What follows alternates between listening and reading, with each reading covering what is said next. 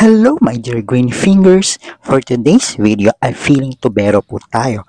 Paano nga ba natin nalagyan ng extension line ng water supply ang ating Itsy Bitsy Garden? Please stay tuned. Kung bago lang po kayo sa ating YouTube channel, pakisubscribe na po at pakiclick ang bell icon para lagi kayong updated sa tuwing may bago tayong video.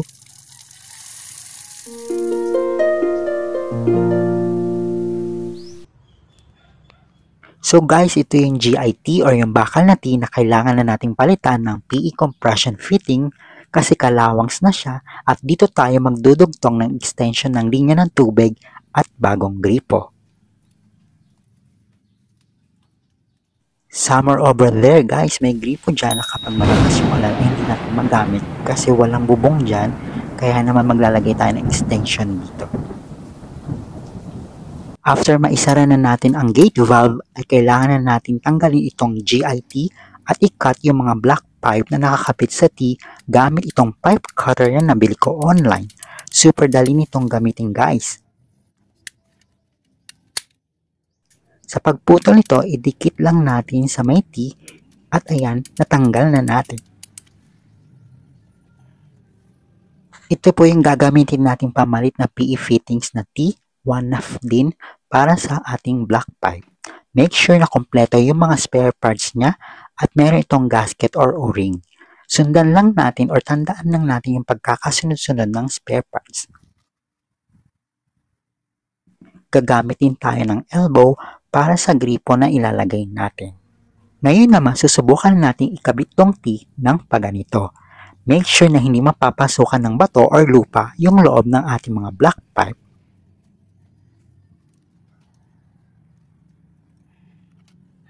Uunahin lang natin ikabit sa kanan na parte ng linya ng tubo at susundan lang natin ulit yung pagkakasunod-sunod ng paglagay ng spare parts. Make sure na higpitan natin ito at maayos ang pagkakalagay ng mga ito para maiwasan ang leak.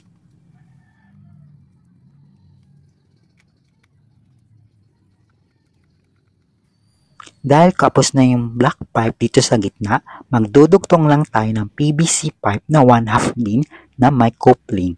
Nakahanap tayo ng maikling PVC at iyon ang ikinabit natin dito sa PET. May palugit lang ito na 1 inch sa loob ng T-fittings papunta sa black pipe. Medyo sobra yung nakabit natin kaya babawasan lang natin.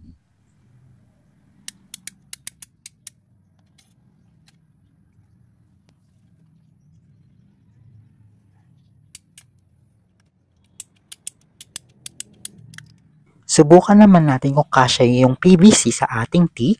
Medyo mahirap na higpitan kasi mababa yung flooring at masakit sa kamay, kaya pwede naman tayong gumamit ng pipe wrench sa panghigpit.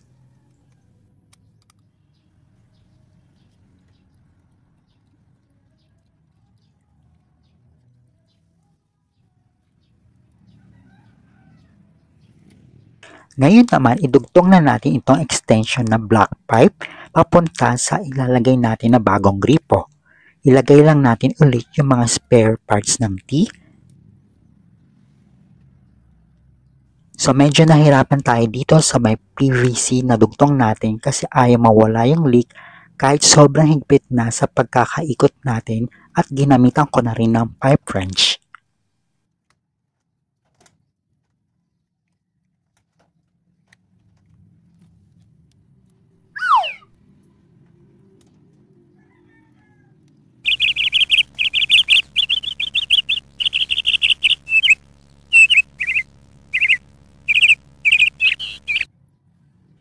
So okay na yung magkabilang side ng black pipe and T, wala siyang leak, dito lang talaga sa may PVC na dugtong natin. I'm not sure kung hindi sila compatible or may mali sa pagkakabit ng PVC. Anyway guys, proceed lang tayo at ilagay muna natin yung linya ng black pipe sa bagong gripo. Puputulan lang natin dito kasi mahaba pa siya. Dito natin i-connect yung PVC pipe with faucet. Try natin ikabit yung PE elbow, then i-prepare na natin yung faucet na ilalagay natin sa ating Itsy Bitsy Garden.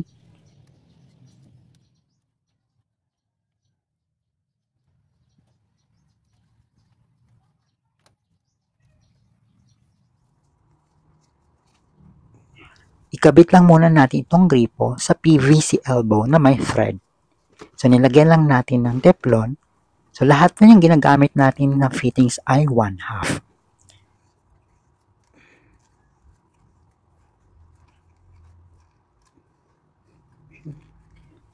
Then, i-connect lang natin dito sa PVC pipe na 1/2 din ng sukat. Gumamit lang tayo ng PVC cement.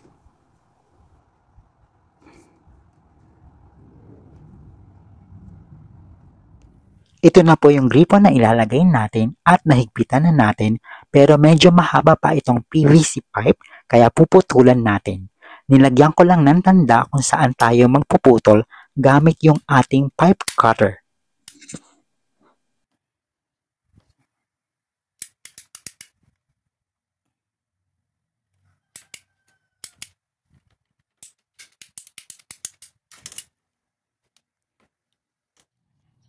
Ngayon naman, subukan natin ikabit itong PVC dito sa ating PE elbow.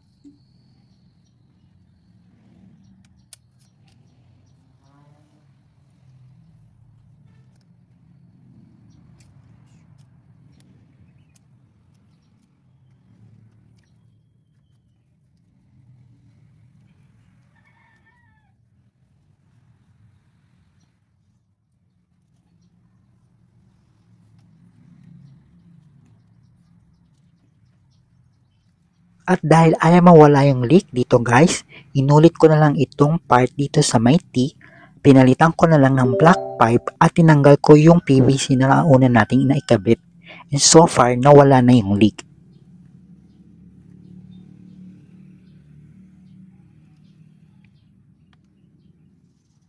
Nakakaloka pala ito guys. Ito din pinalitan ko yung PE elbow kasi nag-leak din dito sa connection ng PVC. Mas compatible pa itong PVC pipe na pinalit natin na kulay blue na PE elbow. Make sure na kompleto din yung spare parts para maiwasan din yung pagtagas.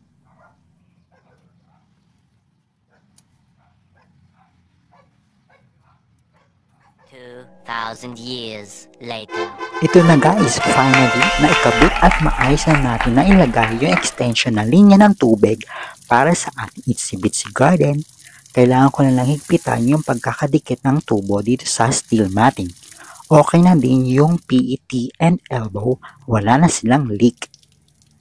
Ang hirap pala maging tubero guys kasi kailangan malakas ang puwersa mo at flexible ang katawan kasi kailangan mo yumuko or mag-squat or umupo ng matagal para makabit mo or makapag-repair ka ng water connection. So baka talagang itong PVC natin ay hindi compatible para sa ating PE fittings?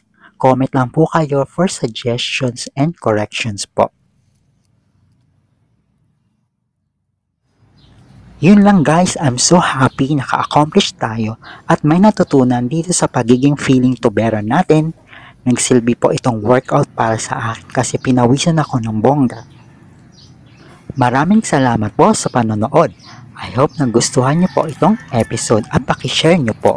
Huwag niyo rin pong kalimutan na mag-subscribe sa ating YouTube channel at i-click ang bell icon para updated kayo sa ating mga future videos. I-follow niyo na rin po ang ating Facebook page. Ito nga po pala yung mga na-harvest natin na bungolang bananas dito sa ating Itsy Bitsy Garden. Ang dami nila. Hanggang sa susunod nating video. Bye! Subscribe to our YouTube channel for more gardening adventures. Stay safe and stay healthy, my dear green fingers.